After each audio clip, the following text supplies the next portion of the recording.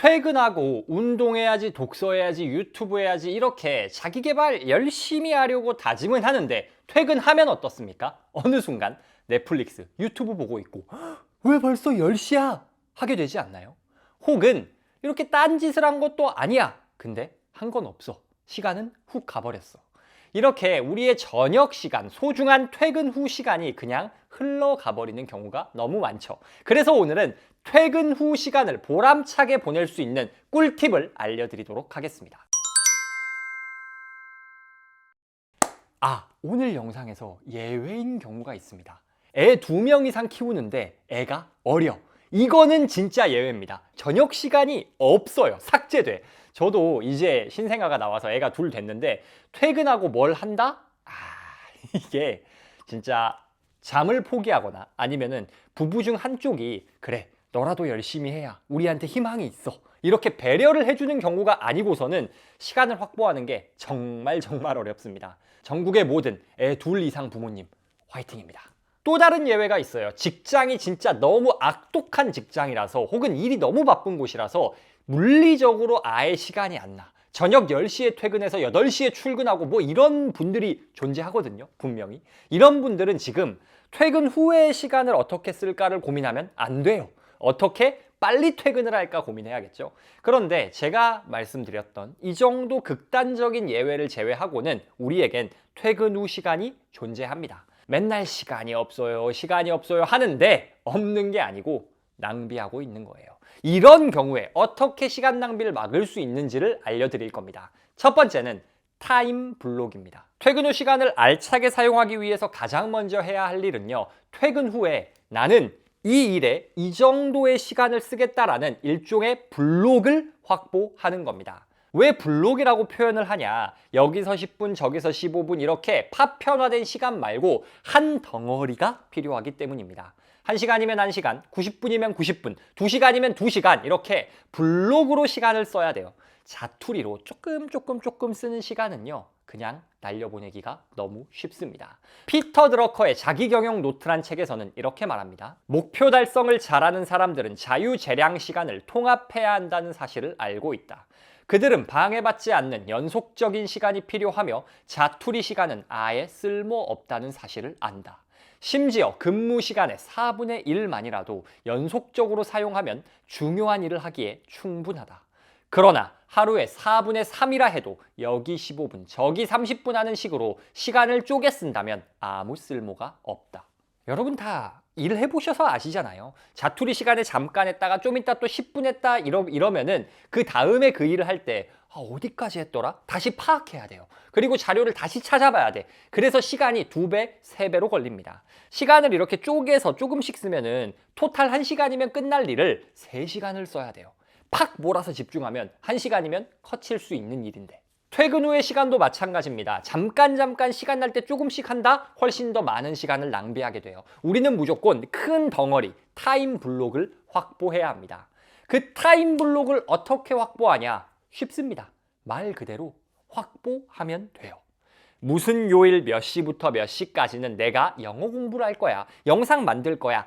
딱 정해놓으면 됩니다. 실제로 제가 교사를 하면서 유튜브를 했었거든요. 근데 그렇게 대충 살았던 것 같진 않은데 아무리 해도 시간이 잘 안 나는 거예요. 그래서 그때 결심을 한 게 나는 무조건 퇴근하고 저녁 7시부터 10시까지는 유튜브 영상 만들 거야. 그리고 저는 책 리뷰를 하니까 책을 읽어야 되잖아요. 그래서 새벽 5시 반부터 7시까지는 책 읽을 거야. 이렇게 블록으로 시간을 정해놨습니다. 야, 그거 그냥 시간 날 때 책 읽는 거, 영상 만드는 거랑 뭐가 다르냐? 다릅니다.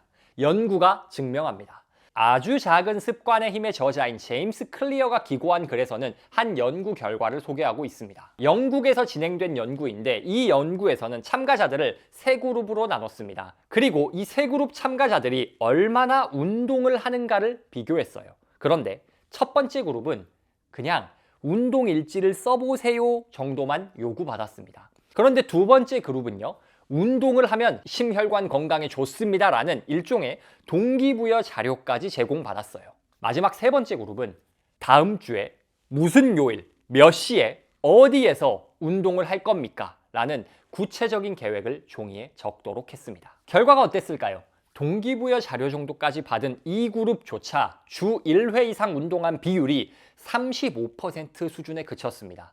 그런데 구체적 계획을 세웠던 세 번째 그룹은 무려 91%가 그 주에 운동을 했다고 합니다. 단지 그냥 나는 월수금 저녁 7시에 거실에서 요가를 20분 할 거야. 이렇게 계획을 적었을 뿐인데 실천 확률이 2배 이상 올라간 겁니다. 동기부여를 받았다고 해서도 변화가 없었지만 언제 어디서 할지 미리 정해두니까 하더라는 거예요. 그만큼 막연한 다짐을 하는 것보다는요, 구체적인 일정과 장소를 지정한 계획을 세우는 것이 중요합니다. 그렇게만 해도 실천 확률이 더 올라가요. 이걸 제가 아까 말씀드렸던 타임 블록과 결합하면 어떤 효과가 있습니까? 이 타임 블록에는 나는 이걸 할 거야 라고 딱 정해놓으면 실천 확률이 올라간다는 거예요. 그러니 우리가 그냥 막연하게 퇴근하고 영어 공부해야지, 운동해야지 이것저것 생각만 할 게 아니라 몇 시에 어디서 무엇을 한다라는 타임 블록과 계획을 정확하게 세워야 내가 한다는 겁니다. 이렇게 타임 블록이 필요한 이유가 하나 더 있습니다. 바로 주변인들에게 양해를 구하기가 쉬워요. 만약에 여러분이 가족에게 야, 나 유튜브 할 거야 라고 말했다 가정해 볼게요. 근데 가족이 보기에는 얘가 자꾸 그냥 핸드폰만 보고 있어. 그리고 저녁 7시에 오빠 이거 나 도와줄 수 있어? 이렇게 말해도 나 지금 바빠 라고 말하고, 저녁 11시에 말해도 자기야 나 이거 도와줄 수 있어? 나 지금 유튜브 하느라 바쁜데? 그러면은 도대체 쟤는 뭐 하고 있는 거야? 쉽지 않을까요? 혹은 몇 시간을 하고 있는 거야? 불만이 생길 겁니다. 그런데 여보, 내가 딱 몇 시부터 몇 시까지는 이걸 좀 하고 싶거든. 내가 이때만 딱 집중할게. 그거 외에 나머지 시간에는 집안일도 같이 하고 같이 시간을 보낼 수 있도록 할게. 그래도 될까? 라고 말하면 어떨까요? 오케이 하겠죠. 그리고 직장에서 회식이 있거나 친구들이 약속으로 부르거나 해도 이렇게 말할 수가 있습니다. 제가 매주 월요일 저녁 7시부터 9시까지는 약속이 있어서요 라고 말할 수 있잖아요. 이 시간만큼은 제가 약속이 있기 때문에 피해 주시면 감사하겠습니다 할 수 있잖아요. 야, 그거 거짓말 아니냐고? 아니죠. 나와의 약속입니다. 그리고 여러분, 다른 사람과 하는 약속보다 나하고 하는 약속이 더 중요한 거예요. 퇴근 후 시간을 알차게 사용하기 위해선 일단 타임 블록을 확보해야 합니다. 짜투리 시간은 모아봤자 아무짝에도 쓸모가 없습니다. 단 1시간이라도 시간 덩어리, 타임 블록이 있어야지 뭐를 할 수가 있는 겁니다. 그 시간을 확보하는 방법은 명확하게 몇 시부터 몇 시까지 나는 뭘 한다라는 구체적인 실천 계획을 세우고 주변에 알리는 겁니다. 그래야지 내가 실천할 확률도 올라갈 뿐더러 주변 사람들에게 양해를 구하기도 쉬운 겁니다. 잠깐! 오늘 영상보다 더 유익한 콘텐츠를 무료로 받으실 수 있다는 것 알고 계신가요? 영상보다 더욱 진한 인사이트를 담은 북토크 뉴스레터를 지금 당장 신청하실 수 있습니다. 지금까지 뉴스레터를 받아보신 분들이 이런 후기를 남겨주셨습니다. 적어주신 그대로 읽어드릴게요. 새롭고 혁신적인 인사이트였습니다. 너무 좋네요. 매주 이것만 기다리고 있습니다. 모든 말과 글들이 저를 잡는 듯합니다. 꼭 필요한 정보였어요. 대단한 필력이십니다. 도대체 어떤 내용이길래 이런 칭찬이 달렸을까 궁금하신 분들, 보다 깊이 있는 자기개발, SNS 인사이트가 필요하신 분들은 고정 댓글에 있는 링크로 뉴스레터를 신청해주세요. 100% 무료입니다. 퇴근 후 시간 활용하는 두 번째 꿀팁, 모드 전환입니다. 사실 아까 첫 번째 말씀드렸던 시간 확보나 계획까지는 많이 하시거든요. 그런데 문제는 뭐야? 계획을 실천하려고 하니까 뜻대로 안 돼. 가령 저녁 먹고 8시부터 10시까지는 독서한다 라고 계획을 세웠어요. 근데 8시에 책상에 딱 앉으려고 하면은 피곤해. 오늘 있었던 일들도 아직 머리에서 막 계속 맴돌고 있고 몸도 피곤하고 밥 먹어서 졸리고 그 상태로 뭘 하려고 하니까 잘 안 돼. 저녁 시간에 다른 일을 하려고 했을 때 이런 피로감이 남아있는 이유가 뭡니까? 모드가 안 바뀌어서 그래요. 일에서 완전히 로그아웃이 안 된 겁니다. 거기에 우리들 시간 날 때마다 계속 스마트폰 보잖아요. 근데 그 스마트폰에서 쏟아지는 모든 컨텐츠는 정보입니다. 내가 본 웹툰, 인스타그램, 릴스 뭐 이런 것들 다 정보예요. 그 정보가 내 머리에서 계속 맴돌면서 잔상처럼 이어지는 겁니다. 그래서 우리에게 필요한 건 무엇이냐? 이전의 상태, 생각, 내 피로도를 끊고 나 이제 책 읽는다, 나 이제 유튜브 영상 만든다, 이렇게 리셋하는 방법이 필요하다는 겁니다. 모드를 바꿔야 되는 거예요. 그 모드를 바꾸는데 좋은 방법이 있습니다. 바로 시작 루틴을 만드는 겁니다. 우리가 하는 행동의 대부분은요, 별 생각 없이 무의식적으로 반복하는 루틴이거든요. 근데 우리는 별 생각 없이 할지라도 그 습관, 행동이 우리의 어떤 기분이나 컨디션을 만들어 버립니다. 예를 들어 아침에 눈 뜨자마자 나도 모르게 스마트폰을 집어들어요. 그리고 네이버를 켭니다. 그런데 보통 네이버 뉴스는 부정적인 뉴스들로 가득 차 있죠. 그래서 그것들을 좀 보고 있노라면 나도 모르게 기분이 나쁘게 하루를 시작하게 되는 겁니다. 별 생각 없이 했는데 기분이 바뀌는 거예요. 반대로 습관적으로 그냥 아침에 만나면 반갑다고 웃으면서 인사하시는 분들이 있어요. 좋은 아침이에요. 반가워요. 이러면서 그냥 안녕하세요. 이 정도가 아니라 밝게 웃으면서 인사하는 분들이 있거든요. 그런데 가만 보면 그렇게 밝게 인사하는 분들이 보통 일반적 기분 상태가 좋은 경우가 많습니다. 이처럼 우리가 특정 행동을 의식하고 하건 안 하고 하건 그 행동이 우리의 기분과 컨디션을 바꾼다는 거예요. 근데 재밌는 건요, 이 행동과 기분의 연결고리를 우리가 임의로 설정할 수 있습니다. 우리가 바꿀 수 있어요. 우리가 의식적으로 내가 어떤 B라는 일을 시작하기 전에는 A라는 행동을 한다. 나는 B라는 일을 하기 위해 최적의 컨디션을 만들기 위해 A라는 일종의 루틴을 한다. 즉 A를 하면 B가 된다라는 조건을 우리가 만들 수가 있는 겁니다. 이걸 잘 보여주는 게 스포츠 스타들의 루틴이 있습니다. 대표적인 게 테니스 전설 클레이 코트의 황제 라파엘 나달이 있죠. 나달의 루틴은 진짜 징합니다. 경기 전 루틴부터 시작해요. 경기 전 루틴은 일단 시작 45분 전에 얼음물 샤워를 합니다. 그리고 코트에 들어갈 땐 꼭 라켓을 하나만 들고 가야 돼요. 그리고 상의 재킷을 벗으면서 점프를 몇 번 합니다. 생수병은 2개가 필요한데 그 2개 모두 상표가 코트를 향하게 배치해 놔야 돼요. 경기 중에 나달은 코트의 라인을 안 밟으려고 하고요. 모든 포인트를 마치고 나서 포인트를 잃든 땄든 땀을 닦아야 돼. 그리고 코트를 바꿀 때는 상대 선수가 먼저 네트를 넘어올 때까지 기다립니다. 서브할 때가 가관인데요. 서브할 때는 한 손으로는 공을 튕기고 있으면서 나머지 손으로는 엉덩이 만졌다가 왼쪽 어깨 만졌다가 오른쪽 어깨 만졌다가 코 왼쪽 만졌다가 귀 만졌다가 코 오른쪽 만지고 또 귀 만져요.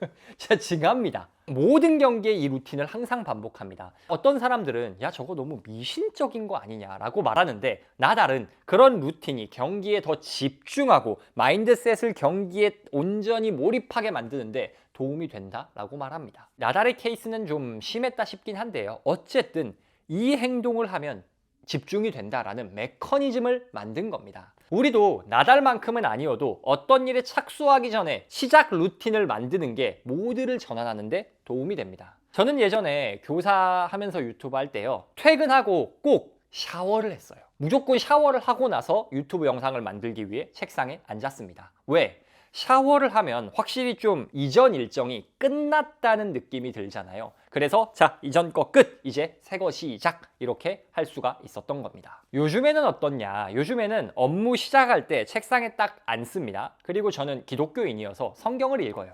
그리고 짧게 기도한 다음에 오늘 하루의 일정을 봅니다. 그러면 해야 할 일들이 많을 거 아니에요. 그 해야 할 일들을 체크리스트 노트에다가 우선순위에 따라 쭉 적습니다. 그걸 다 적고 나서 일을 시작해요. 그러면 뭔가 준비, 요이, 똥! 시작하는 느낌이 들더라고요. 뭐가 됐건 여러분만의 시작 루틴을 통해서 모드를 바꿔야 된다는 겁니다. 이 시작 루틴은요, 여러분이 그냥 뭐 하겠다라고 정하면 되는 거예요. 그런데 우리는 지금 퇴근 후에 대해 이야기를 하고 있는 거잖아요. 그러면 제가 여러분에게 추천드리고 싶은 루틴은요, 확실한 리프레시 효과가 있는 행동을 하시기를 추천드리고 싶습니다. 확실한 리프레시가 있는 행동은 좀 어떤 행동이냐? 아까 제가 말씀드린 것처럼 샤워를 해도 되고요. 잠깐 좋은 글귀가 적힌 책을 읽어도 됩니다.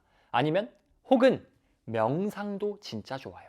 여러분한테 하나 제가 알려드리고 싶은 건 스탠포드대 앤드류 후버만 교수님이라고 계시거든요. 이분이 추천하는 NSDR이라는 개념이 있습니다. 그게 뭐냐면 Non-Sleep Deep Rest예요. 잠은 안 자는데 깊게 휴식하는 것.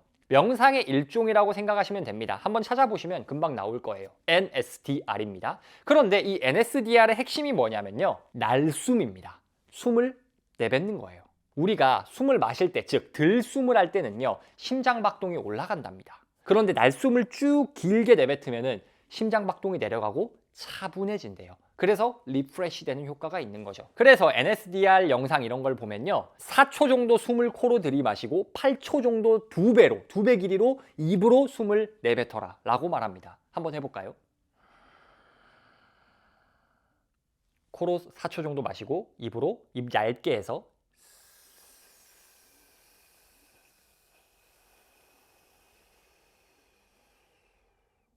이렇게 4초 들숨을 마시고 8초 날숨을 내뱉는 이것만 여러 번 반복해도요, 몸이 쫙 가라앉는 느낌이 듭니다. 그리고 눈 감고 이걸 여러 번 반복하면 마치 잠을 잔 것처럼 정신이 맑아지는 효과가 있습니다. 우리가 계획을 세워도 실천하지 못하는 이유는요, 하려고 하면 하고 싶지 않은 기분이 들고 피곤하기 때문입니다. 그 피곤의 이유는 중요한 일을 하기 전에 반복됐던 일정들 혹은 스마트폰 정보들이 머리에 잔상처럼 남아 있어서 그래요. 즉, 모드가 바뀌지 않아서 그렇습니다. 집중을 위해서는요, 우리는 확실한 모드 전환이 필요합니다. 확실한 모드 전환을 위해선 나만의 시작 루틴을 만들어야 됩니다. 샤워가 됐건 글을 읽는 것이 됐건 명상이 됐건 확실히 전환할 계기가 있어야 여러분이 확보한 시간을 유의미하고 몰입감 있게 사용할 수 있을 겁니다. 퇴근 후 시간 알차게 사용하는 세 번째 비법, 하루 끝입니다. 퇴근 후 시간을 알차게 쓰는 마지막 핵심은요, 하루의 끝, 마무리를 잘하는 겁니다. 우리가 지금 퇴근 후에도 열심히 사는 법을 굳이 알아보고 있는 이유가 뭐예요? 잘 살고 싶어서지 않습니까? 즉, 스스로를 더 푸시하는 행위예요. 근데 인간이 또 푸시만 하면 퍼집니다. 번아웃이 와요. 그래서 우리에게 필요한 건 쉴 때 확실히 쉬어줄 수 있어야 됩니다. 근데 요즘 사람들이 이 쉬는 걸 잘 못합니다. 그래서 악순환에 빠져요. 어떤 악순환이냐? 처음에는 열정이 넘쳐 열심히 합니다. 이게 또 재밌는 게 처음에는 재밌고 열정이 넘치니까 안 지쳐요. 그러다 보니까 열심히 사는 것 자체, 그 열심히 산다는 느낌 자체가 좋은 거야. 그 기분에 취해서 무리를 합니다. 잠을 줄이기 시작해요. 그러니 어떻습니까? 점점 피곤해져. 점점 하기 싫어. 근데 일단 칼을 뽑았으면 무라도 베야지 하고 의무감에 합니다. 참고 해요. 그러다가 결국 퍼집니다. 그러면 안 됩니다. 오늘 영상 주제가 퇴근 후를 알차게 쓰는 법이라고 해서 더 열심히 해, 이런 이야기만 할 줄 아셨죠? 근데 여러분, 정말 잘 쉬는 것도 퇴근 후 시간을 정말 알차게 쓰는 방법입니다. 퇴근 후를 알차게 잘 쉬어야 다음날 살아갈 힘이 생깁니다.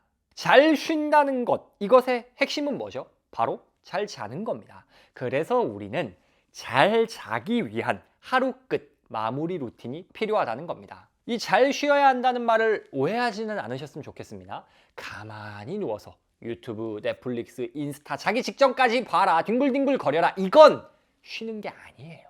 차라리 겉보기엔 좀 빡세 보이더라도 퇴근 후 알차게 자기 개발하고 제 시간에 뿌듯하다 라고 많이 피곤해가지고 그냥 눈 감으면 잠들어 버리는 거, 이게 더 잘 쉬는 겁니다. 자, 아무튼 핵심은 뭐냐면 퇴근 후 시간을 알차게 보내는 마지막 열쇠는 잘 쉬는 것이고, 잘 쉬기 위해선 잘 자야 된다라는 겁니다. 그렇다면 잘 자기 위해서 하루 끝 루틴을 만들라 라고 말씀을 드렸는데, 그 하루 끝 루틴에는 어떤 요소가 들어가야 되냐? 첫 번째는 전자기기 차단입니다. 고려대 안암병원 연구에 따르면요, 취침 전 4시간 동안 강한 빛에 노출이 되면 수면의 질이 떨어지고 피로감, 불면증, 우울증 같은 증상이 나타난다고 합니다. 이 강한 빛이라는 게 지금 제가 쐬고 있는 이런 스튜디오 조명 같은 빛만 말하는 게 아니에요.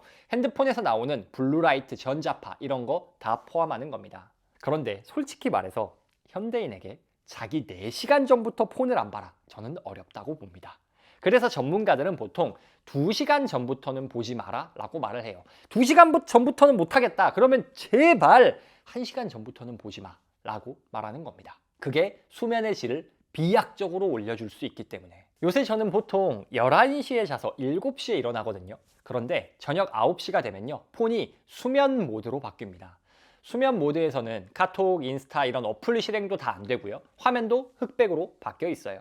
요새 갤럭시든 아이폰이든 다 특정 시간 되면 이렇게 모드를 바꾸는 설정이 가능합니다. 이렇게 수면 모드로 자동으로 폰이 들어가게 해놓는 것도 아주 좋은 방법이고요. 더 좋은 건요, 이 시간이 되면 아예 폰을 어디 저 구석 장롱 구석탱이, 아니면 부엌 어디 구석지 선반, 아니면 스마트폰 감옥 이런 데다 넣어버리는 겁니다. 그거 꺼내기 귀찮아서라도 폰을 안 쓰게. 어떤 형태가 되었건 여러분의 하루 끝 루틴은요, 전자기기를 차단하는 과정이 있어야 합니다. 이게 진짜 말하면서도 현대인들한테 힘든 거긴 하거든요.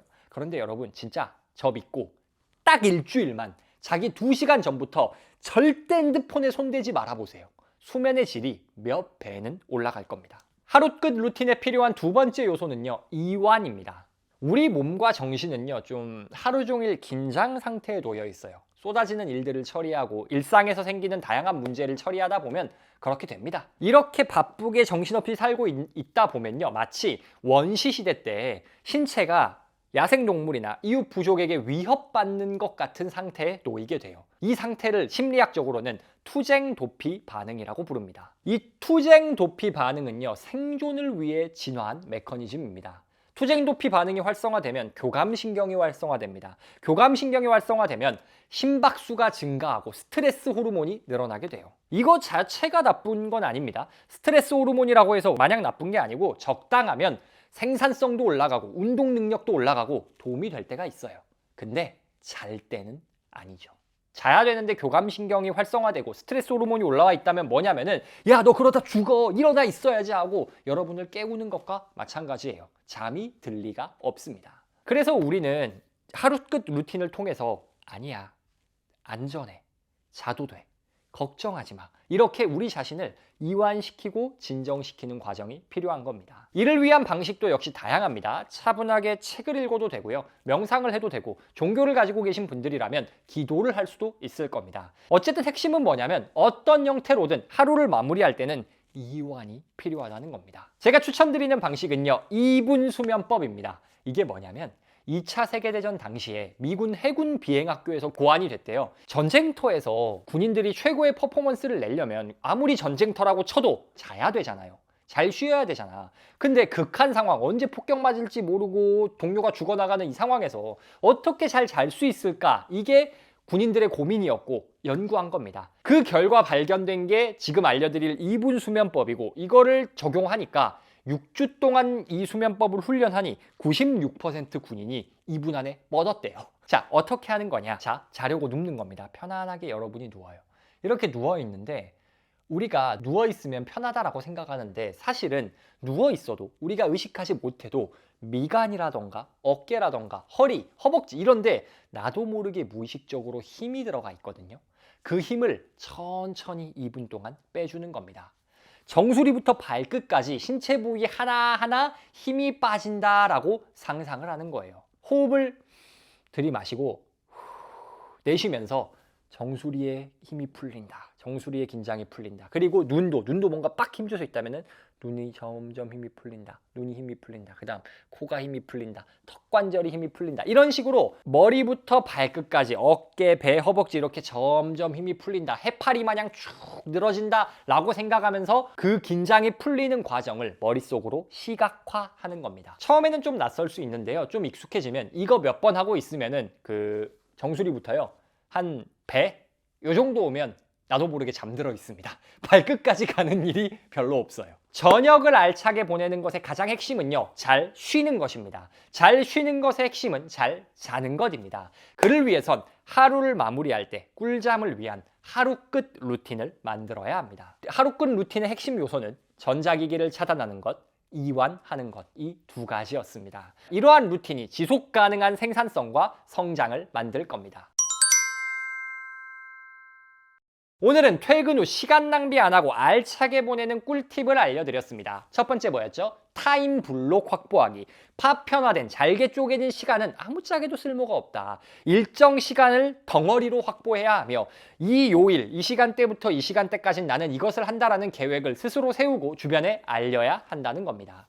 두 번째, 모드 전환. 저녁에 새로운 일을 하려고 앉아도 이전 일에서 이어졌던 정보와 스트레스와 자극이 계속 이어져서는 피로감이 사라지지 않는다. 피로감을 끊어내고 새로운 모드로 리셋해야 한다. 그래서 그 모드를 전환하기 위해서 시작 루틴을 만들어라. 추천하는 방식은 NSDR. 확실하게 릴렉스할 수 있는 그런 요법이다 라고 말씀드렸습니다. 세 번째, 하루 끝 루틴이다. 퇴근 후 시간을 알차게 보내는 것의 핵심은 잘 쉬는 것, 잘 자는 것이다. 그렇기에 전자기기를 차단하고 스스로를 이완시킬 수 있는 나만의 하루 끝 루틴을 만들어라 라는 겁니다. 이 영상 보시는 분들, 그리고 북토크 영상을 보시는 분들은 모두 열심히 살고 싶은 분들이거든요.